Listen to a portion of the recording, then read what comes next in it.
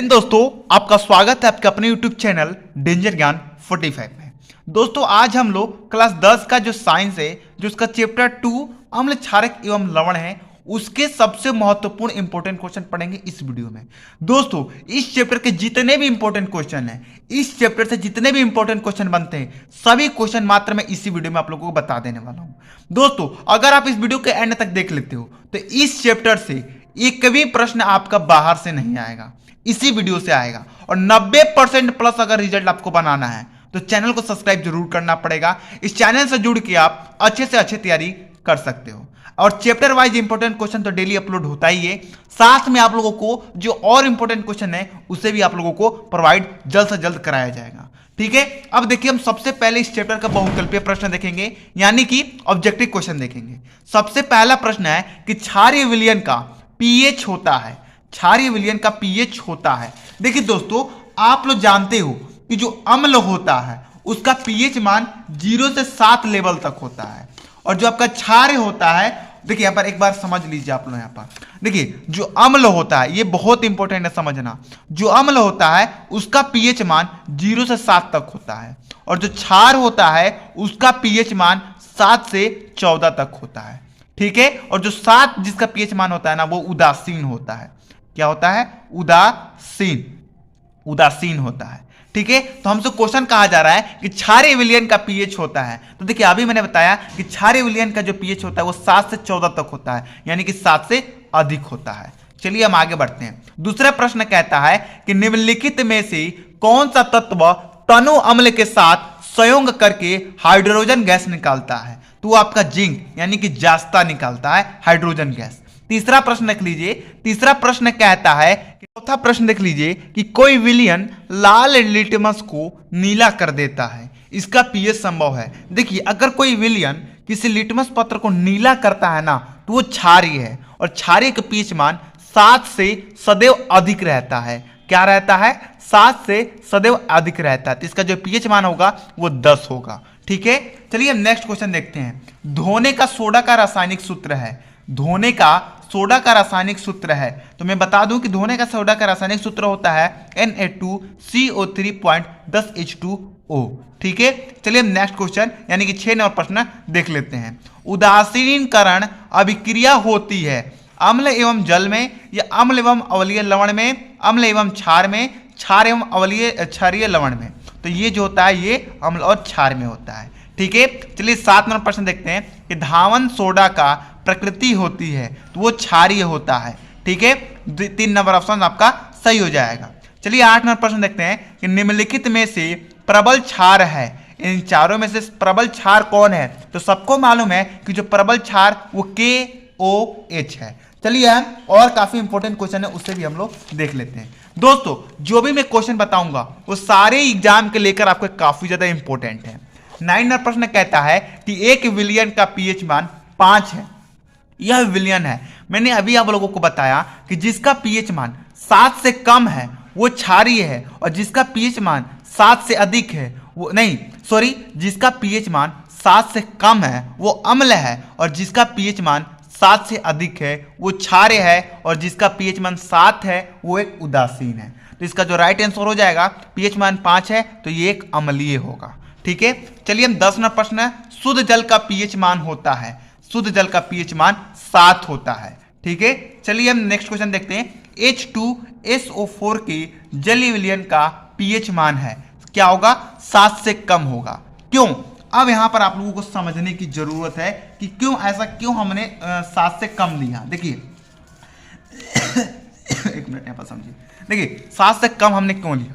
देखिए यहां पे अगर किसी भी सूत्र में, यहां पर सूत्र क्या है? H2SO4। किसी भी सूत्र में अगर H दिख जाए, क्या दिख जाए? H दिख जाए तो वो एक अम्लीय हो जाता है। जैसे कि H2SO4 में H दिखा तो ये एक अम्लीय है, और अम्लीय का पीएच मान सदैव 7 से कम होता है। ठीक है, इसलिए इसका आंसर राइट हो जाएगा। 12 नंबर प्रश्न है कि एक घोल का पीएच मान 4 है, तो घोल होगा, अभी ये 4 पीएच मान कितना है? 4, यानी कि 7 से कम, तो ये एक अम्लीय होगा। ठीक है, चलिए हम नेक्स्ट क्वेश्चन यानी कि 13 नंबर प्रश्न देखते हैं। अम्लीय विलयन का पीएच मान होता है, अम्लीय विलयन का पीएच मान कितना होता है? अम्लीय विलयन का पीएच मान 7 से हमेशा क्या होता है, कम होता है। ये तो हमने शुरू से सीखते आए हैं। चलिए हम नेक्स्ट क्वेश्चन देखते हैं जो कि बहुकल्पीय। देखिए बहुकल्पीय में जितना बताऊंगा इससे बाहर आपके एग्जाम में एक भी प्रश्न नहीं पूछा जाएगा। 14वां प्रश्न है कि एसिटिक अम्ल में अम्लीय हाइड्रोजन परमाणु की संख्या है। जो एसिटिक अम्ल होता है उसमें अम्लीय हाइड्रोजन परमाणु की जो संख्या होती है वो 2 होती है। ठीक है। 15वां प्रश्न है कि व्यंजक चूर्ण का रासायनिक सूत्र होता है। व्यंजक चूर्ण का रासायनिक सूत्र CaOCl2 होता है। चलिए लास्ट क्वेश्चन यानी कि लास्ट बहुकल्पीय प्रश्न देखते हैं, यानी कि 16 नंबर। निम्नलिखित में अम्लीय लवण है, इसमें से अम्लीय लवण कौन है? तो अम्लीय जो लवण है मैंने अभी आपको बताया कि जिस सूत्र में H दिख जाए, जिस सूत्र में H दिख जाए वो अम्ल हो जाता है। तो देखिए ना ही इसमें H है, ना ही इसमें H है, ना ही इसमें H है, इसमें H है, तो ये अम्लीय लवण हो जाएगा। चलिए हम अब बस 16 ही हम देख रहे हैं, यहाँ पे 16 ही बहुकल्पीय प्रश्न देखेंगे। यदि आप इतना बहुकल्पीय प्रश्न इस चैप्टर को कंप्लीट कर लेते हो तो इस चैप्टर में बस इतना ही बहुकल्पीय इंपॉर्टेंट है, इससे बाहर कोई भी बहुकल्पीय प्रश्न आपके एग्जाम में नहीं पूछा जाएगा। चलिए हम अति लघु महत्वपूर्ण प्रश्न, लघु उत्तरीय और दीर्घ उत्तरीय तीनों प्रश्न देख लेते हैं। दोस्तों इस चैप्टर का जो मोस्ट इंपोर्टेंट अति लघु प्रश्न है उसे हम लोग देखते हैं। पहला प्रश्न है कि सोडियम बाइकार्बोनेट का उपयोग आपको लिखना है। देखिए सोडियम बाइकार्बोनेट का उपयोग कैसे लिखेगा कि सोडियम बाइकार्बोनेट का उपयोग ड्रिंक, सोडा वाटर तथा दवाओं में प्रयोग होता है। ठीक है। दूसरा प्रश्न है कि क्या होता है जब बुझा हुआ चूना क्लोरीन के साथ अभिक्रिया करता है। बुझा चूना यानी जिसे हम CaOH2 बोलते हैं और इसे हमें क्लोरीन के साथ अभिक्रिया कराना है तो Cl। जब इसका अभिक्रिया हम कराएंगे ना तो हमारा प्राप्त होगा CaOCl2 प्लस में H2O, यानी कि ब्लीचिंग पाउडर बनता है। ये जो CaOCl2 देख रहे हैं ये आपका ब्लीचिंग पाउडर है और H2 यानी कि जल है। ठीक है। चलिए हम तीसरा प्रश्न देखते हैं। तीसरा प्रश्न है कि प्लास्टर ऑफ पेरिस की जल के साथ अभिक्रिया के लिए समीकरण दीजिए। प्लास्टर ऑफ पेरिस, तो मैंने अभी बताया कि ये जो है ये आपका प्लास्टर ऑफ पेरिस है और इसके साथ हमें जल की अभिक्रिया करानी है। तो प्लास्टर ऑफ पेरिस का पूरा जो सूत्र होता है वो होता है CaSO4.1/2H2O और इसके साथ हमें क्या करनी है, जल की अभिक्रिया करानी है तो प्लस H2A, और जब इसका अभिक्रिया कराएंगे तो क्या बनेगा CaSO4.2H2O। ठीक है। चलिए नेक्स्ट प्रश्न देखते हैं। नेक्स्ट प्रश्न है कि CaOCl2 का प्रचलित नाम क्या है। इसका प्रचलित नाम क्या है तो इसे व्यंजक चूर्ण बोलते हैं। ठीक है। ये 4 नंबर ऑप्शन आपका सही हो जाएगा। 5वां प्रश्न देख लीजिए कि उस पदार्थ का नाम बताइए जो क्लोरीन से क्रिया करके व्यंजक चूर्ण बनाते हैं। यानी कि उस पदार्थ का नाम बताना है जो क्लोरीन के साथ अभिक्रिया करके व्यंजक चूर्ण बनाते हैं। तो अगर आप बुझा हुआ चूना को क्लोरीन के साथ अभिक्रिया कराइएगा तो व्यंजक चूर्ण प्राप्त हो जाएगा। जिसका राइट आंसर बुझा हुआ चूना हो जाएगा। 6 नंबर ऑप्शन है, प्रश्न है कि 2 प्रबल क्षारकों के नाम बताइए। 2 प्रबल क्षारकों का नाम बताना है तो पहला NaOH और दूसरा KOH हो जाएगा। ठीक है। 7वां प्रश्न है कि मिल्क ऑफ मैग्नीशियम क्या है। तो इसका आंसर आप लोग देख लीजिए कि मिल्क ऑफ मैग्नीशियम एक दुर्बल क्षारक है जिसका रासायनिक नाम मैग्नीशियम हाइड्रोक्साइड, जिसका सूत्र CaOH2 होता है। ठीक है। बस आपको इतना लिख देना। 2 नंबर के ये क्वेश्चन आते हैं, तो लोग प्रश्न 2 नंबर के आते हैं आपके एग्जाम में। टूथपेस्ट यानी कि जो आपका मंजन होता है, दंत मंजन होता है, उसकी प्रकृति क्या होती है, यानी कि वो कैसा होता है, अम्ल होता है या क्षार होता है, तो वो क्षारीय होता है। अम्ल यानी होता है खट्टा, क्षार यानी होता है कड़वा। तो हमारा जो दंत मंजन है वो कड़वा होता है। 9 नंबर प्रश्न है कि धोने का जो सोडा होता है उसका 2 उपयोग बताइए। तो पहला कांच, साबुन एवं कागज उद्योगों में, दूसरा जल की अस्थायी कठोरता को हटाने में किया जाता है। ठीक है। 10वां प्रश्न है कि बेकिंग सोडा का रासायनिक सूत्र लिखिए। बेकिंग सोडा का रासायनिक सूत्र होता है NaHCO3। 11 नंबर प्रश्न देख लीजिए, प्लास्टर ऑफ पेरिस के 2 महत्वपूर्ण उपयोग लिखिए। पहला, टूटी हुई हड्डी को जोड़ने के लिए प्लास्टर ऑफ पेरिस का उपयोग करता है। जब आप कभी देखोगे किसी का हाथ पैर टूट जाता है तो व्हाइट कलर का वो प्लास्टर कराता है, तो उससे वो प्लास्टर ऑफ पेरिस से होता है। ठीक है। दूसरा, खिलौना, मूर्ति आदि बनाने में। ठीक है। चलिए हम लघु उत्तरीय प्रश्न देखते हैं। ये प्रश्न आपके एग्जाम में 4 अंक के आते हैं। ठीक है। तो पहला प्रश्न है कि अम्ल, क्षारक एवं लवण की परिभाषा देते हुए उदाहरण से स्पष्ट कीजिए। पहला हम वामल लिखेंगे। ये ऐसे यौगिक हैं जिनके जलीय विलयन में H+ आयन उपस्थित होते हैं। जैसे एग्जाम्पल में हाइड्रोक्लोरिक एक क्या है, एक अम्ल है, HCl क्या है, एक अम्ल है। अब जब इसे आप गर्म करोगे, इसे जब आप तोड़ोगे तो H+ आयन के साथ साथ ये Cl- भी प्रदान करता है। ठीक है, तो इसे अम्ल कहते हैं। दूसरा है क्षारक। ये ऐसे यौगिक हैं, क्षारक कैसा यौगिक है, जिनके जलीय विलयन में O- आयन उपलब्ध होता है। ठीक है। लवण, ये अम्ल और क्षार की अभिक्रिया के फलस्वरूप प्राप्त होते हैं, यानी कि जब अम्ल और क्षार अभिक्रिया करते हैं तो हमें लवण प्राप्त होते हैं। बस इतना आपको लिख देना है, आपका 4 नंबर मिल जाएगा।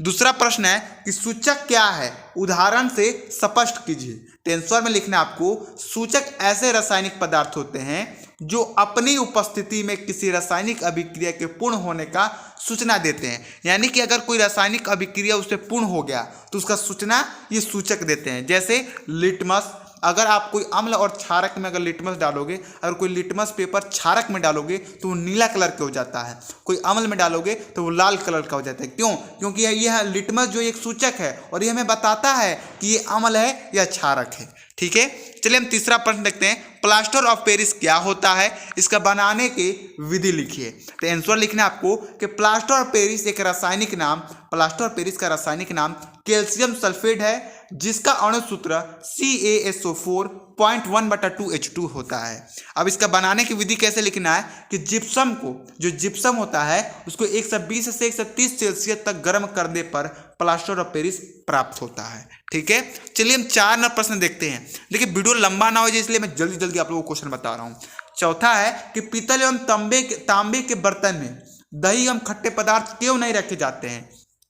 आपने अपने मम्मी और पापा से पूछेगा कि पापा पीतल और तांबे के बर्तन में दही या खट्टे पदार्थ हम रख सकते हैं, तो आपको माना कर देंगे। ऐसा क्यों? देखिए पीतल और तांबे के बर्तन में दही एवं खट्टे पदार्थ इसलिए नहीं रखे जाते हैं क्योंकि उसमें अम्ल मौजूद होता है। जो आपका दही होता है, जो आपका खट्टा पदार्थ होता है, उसमें क्या मौजूद होता है, अम्ल। अम्ल की वजह से तो ही दही खट्टा हो जाता है, खट्टे पदार्थ खट्टे लगते हैं, अम्ल की वजह से ही तो उसमें अम्ल मौजूद होता है। जो धातु से, जो पीतल और आपका तांबा एक धातु है, तो अम्ल जो है वो धातु से अभिक्रिया करके हानिकारक यौगिक बनाता है। यानी कि आप अगर किसी पदार्थ, खट्टे पदार्थ या दही को पीतल या तांबे के बर्तन में रख दोगे ना तो वो एक खराब हो जाएगा, वो जहर बन जाएगा, इसलिए नहीं रखा जाता है। 5वां प्रश्न है कि उदासीनीकरण क्या होता है, उदाहरण दीजिए। देखिए उदासीनीकरण काफी इंपॉर्टेंट क्वेश्चन है जो 2022 में पूछा गया था।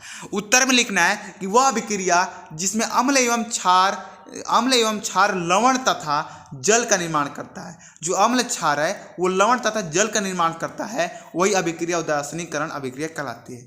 जैसे कि NaOH ये एक क्षार है, अब प्लस में HCl ये एक अम्ल है। इन दोनों की जब हमने अभिक्रिया कराई तो क्या प्राप्त हुआ, NaCl एक लवण और H2O जल। यानी कि अम्ल क्षार जब अभिक्रिया करे तो अगर लवण और जल बनता है तो वो आपका उदासीनीकरण अभिक्रिया कहलाता है।